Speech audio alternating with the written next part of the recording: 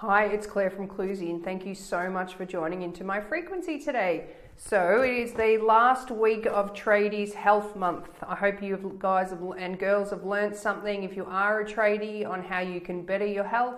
If you're married to a tradie or you're going out with a tradie, then maybe you could help change some of their bad habits into good ones.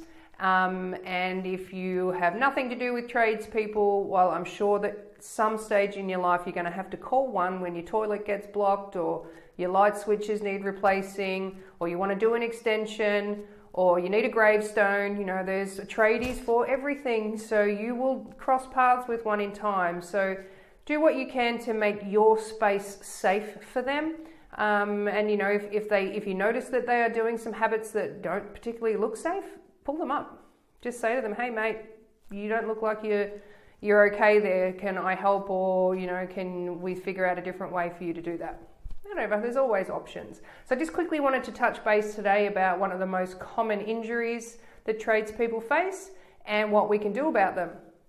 So I guess the most common is back injuries from tradespeople, especially, you know, those in the construction, building, carpentry industry, plumbing and things. You're often by yourself carrying these giant loads, hoiking them up on your shoulder. You're hanging upside down in precarious positions doing drilling, cutting, sawing or whatever.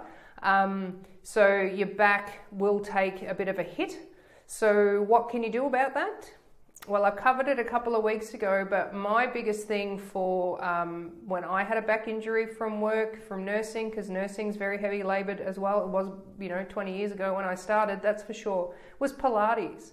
I used to do Pilates once a week. I now have that that core that always engages before I do any lifting, any twisting or anything like that. I automatically engage my core that I learned in Pilates, and I have not had a back problem since, you know, that back injury 20 years ago. So there's things like that. Regular exercise is good. I know tradespeople have a reputation for their exercising while they're at work. Not all the time. They're not actually. So, you know, you don't necessarily have to go to the gym, but going for a swim will help prevent back injuries. Walking in chest deep water helps prevent back injuries. Pilates helps prevent back injuries. You know, doing some really good yoga and stretching out through the hamstrings and the core and everything can prevent injuries. But I guess the main thing is just being aware of your limitations. If you have to lift and twist with 40 kilos, don't. Wait until you've got someone else, hire a machine. You can get those little crown lifters or scissor lifts. It's not expensive to hire for the day. And if you're hiring any equipment like that, you just add it to the quote and the consumer pays for that. Your customer pays for that.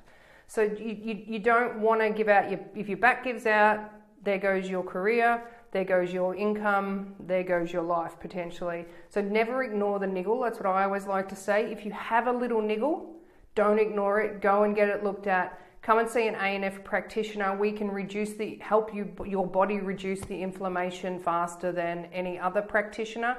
If you can find yourself an osteopath that practices, or a physio that practices A&F, then double bonus, because you get your rehab and your inflammation taken care of at the same time.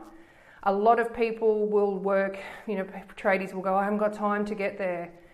Well, a lot of health professionals are open after hours these days because they need to be to service people that can't get there during business hours.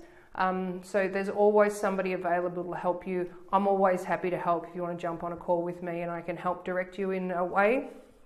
Another one, common injuries are falls and trips. So falls from heights is actually the #1 killer of tradespeople. I know we don't like to get grim, but it is. So if you are working at heights, put in your scaffolding, wear harnesses and things if you need to. I have a lot of mates who are rock climbers and do high rope work, and they would never just climb up somewhere high without having their knots double checked by their buddies and things like that. So if you are working at heights, make sure it's safe. If you're up on ladders, make sure that your ladder is sturdy. Make sure it's on stable footing. These are little things that, you know, 1 second check can save you from a horrific injury. So just be cautious. Trips like cords and things like that. You know, you can get a bit of rubber from Bunnings and just chuck them over the cord so that's less of a trip hazard. You know, in nursing, I've always taught my kids, the students that come through, is, you know, when you're doing something, you've got to make sure your environment is free of clutter and things like that, so your patients don't fall over and you don't fall over, and if you need to get something in a hurry, there's no obstructions. Well, tradespeople should be thinking the same. Keep a clean workspace, and there'll be less likelihood to fall. Could you imagine like carrying out what I like to call as an ankle grinder? Because I've seen it grind a few ankles, but the angle grinders, if you're carrying one of those and you trip over, that can be catastrophic. So just make sure that your area is clean. I'm a big fan of cordless tools these days, so if you can get yourself some cordless gear, then do that, because then there's less cords to trip over. Transport injuries, so people reversing into you, not watching where forklifts are going, cranes and all of that, so just be aware of your surroundings. Soft tissue injuries like elbows, knees, fingers, necks. These are very common injuries as well. Again, the best thing that you can do is prevention. So swimming, Pilates, the TLC recovery that we have up here. So that's saunas and hot and cold therapy pools, massage regularly, you know, light, gentle gym work, meditations, things like this, and getting good sleep, that's number one. It has to be number one. If you've got good sleep, you're okay. So just keep your body as fresh as it can be.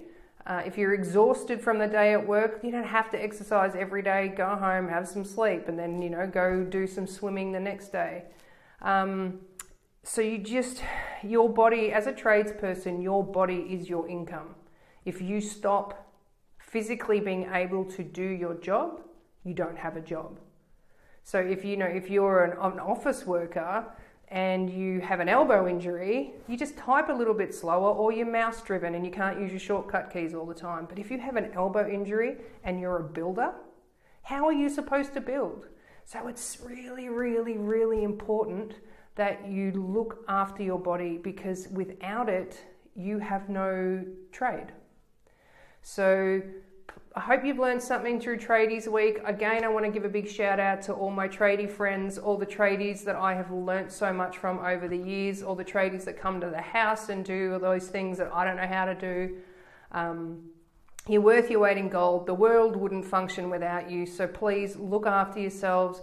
Come into the clinic with maintenance. You know, I've said this before, I used to, when I was actively nursing in hospitals, lifting and heavy labour and things like that, I would be in the osteopath every month without fail to make sure that I was okay. Because if I wasn't okay, I didn't have a career. Now, as you can see, I'm often disking myself. So use the health professionals. That's what we're here for. Prevention is better than a cure. I so much prefer to help somebody stay well, like a Chinese medicine philosophy. You know, Chinese go to the doctor to stay well, whereas in the Western medical model, we go to the doctor when we're sick. So I think we need a mindset shift. Go to and see the health professionals to keep you well. So then you'll never have to worry about your body giving out on you. All right, well, thank you so much again, tradies. You're the bomb, and I will catch up with you soon. Bye.